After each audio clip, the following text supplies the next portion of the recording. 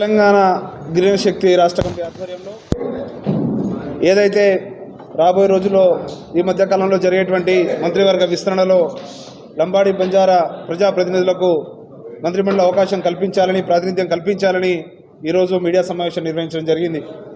ఏదైతే ఇవాళ కాంగ్రెస్ పార్టీ తెలంగాణ రాష్ట్రంలో అధికారం రావడం కోసం ఈ రాష్ట్రంలో ఉన్నటువంటి 40 లక్షలకు పైగా లంబాడి సామాజిక వర్గం అంతా కూడా వన్ సైడ్గా ఓటేసి ఇవాళ కాంగ్రెస్ పార్టీని అధికారం రావడానికి కృషి చేసినటువంటి విషయం మీ అందరికీ తెలుసు.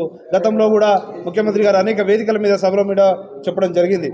అదే అంశంతోనే ఏదైతే ఇప్పుడు 6 వేకెన్సీలు ఉన్నాయో మంత్రివర్గంలో, వాటిలో ఖచ్చితంగా ఒకరికి మా సామాజిక వర్గానికి సంబంధించినటువంటి ప్రజాప్రతినిధికి అవకాశం ఇవ్వాలని చెప్పి కూడా ఎవరికి ఇచ్చినా పర్లేదు, కానీ ఖచ్చితంగా మా ప్రాతినిధ్యం ఉండాలని ఇలా గిరిజన సంఘాలుగా, గిరిజన ఉద్యోగ సంఘాలుగా, ఇలా లంబాడి సంఘాలుగా మేమందరం కూడా రాష్ట్ర ప్రభుత్వానికి, గౌరవ ముఖ్యమంత్రి రేవంత్ రెడ్డి గారికి, అదేవిధంగా ఉప ముఖ్యమంత్రి బట్టి విక్రమార్క గారికి, పిసిసి అధ్యక్షులు మహేష్ కుమార్ గౌడ్ గారికి, అదేవిధంగా ఇన్ఛార్జి మీనాక్షి నటరాజన్ గారికి, అదేవిధంగా ఏఐసిసి అధ్యక్షులు మల్లికార్జున ఖర్గే గారికి, అగ్రనేత రాహుల్ గాంధీ గారికి గతంలో కూడా మేము రిప్రజెంటేషన్ కూడా ఇవ్వడం జరిగింది.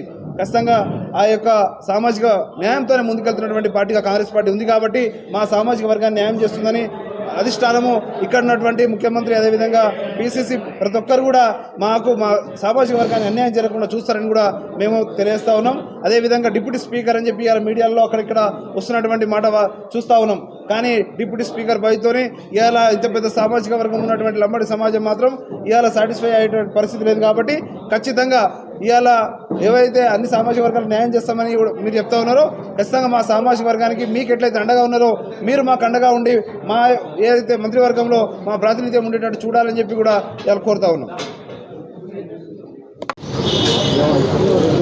నా పేరు సుబ్బునాయక్, తెలంగాణ రాష్ట్ర గిరిజన శక్తి కార్యవర్గ సభ్యుని, ఓఈజేసీ అధ్యక్షుడిని. ఈరోజు తెలంగాణ ప్రభుత్వానికి, తెలంగాణ రాష్ట్ర కాంగ్రెస్ ప్రదేశ్ కమిటీకి, అలాగే కాంగ్రెస్ ఢిల్లీ అధిష్టానానికి మేము ఈరోజు లంబాడి సామాజిక వర్గం నుంచి ఒకే డిమాండ్ చేస్తున్నాం. మొదటి మంత్రివర్గ విస్తరణలో మాకు సముచిత స్థానం కల్పించలేదు. రేపు జరగబోయే రెండో మంత్రివర్గ విస్తరణలో బంజారా లంబాడి సామాజిక వర్గానికి మంత్రివర్గంలో చోటు కల్పించాలని మేము కోరుతున్నాము. ఈరోజు మీ ప్రభుత్వం అధికారంలో రావడానికి ముఖ్యంగా లంబాడి సామాజిక వర్గ ఓట్లే అని మీరు అనేక సభల్లో మీ సర్వేలో చెప్పారు. ఎందుకంటే ఈరోజు మా ఆత్మగౌరవంగా మేము మంచిగా ఉండాలంటే మాకు మంత్రి గౌరవంలో మీకు చోటు కల్పించాలి. మేము అనేక సమస్యలతో సతమతం అవుతున్నాం. ఎవరి దగ్గర వెళ్ళాలో, వాళ్ళు ఏ మంత్రివర్గం దగ్గర వెళ్ళాలో తెలియని సమక్షంలో ఉంది. కాబట్టి ఈరోజు కాంగ్రెస్ అధిష్టానం, కాంగ్రెస్ అధ్యక్షులు, ఈరోజు మీనాక్షి నటరాజన్ ఇక్కడ ఇన్ఛార్జ్ గారు మమ్మల్ని గుర్తించి ఈరోజు కాంగ్రెస్ పార్టీ మంత్రివర్గంలో చోటు కల్పించాలని మేము డిమాండ్ చేస్తున్నాం. లేని పక్షంలో రేపు జరగబోయే స్థానిక సంస్థల ఎన్నికల్లో మీరు మా ఆగ్రహానికి గురికాక తప్పదని కూడా హెచ్చరిస్తున్నాము. గిరిజన నేతలు ఉన్నారని గిరిజన పేర్లు ఎక్కడ వినిపిస్తారు? గత కొన్ని రోజుల క్రితం లంబాడి సామాజిక వర్గానికి మంత్రి పదవిలో అవకాశం ఉండే అని గత 3-4 డేస్ ముందు ఉండే, కానీ గత 2-3 రోజుల నుంచి ఆ అవకాశం లేదని మేము సామాజిక మాధ్యమాల్లో, వార్తల ద్వారా, పత్రికల ద్వారా తెలుసుకుంటున్నాము. మాకు చాలా బాధతో ఉంది. మేము ఆత్మగౌరవంగా ఉండాలంటే మాకు సముచిత స్థానం కల్పించాలి.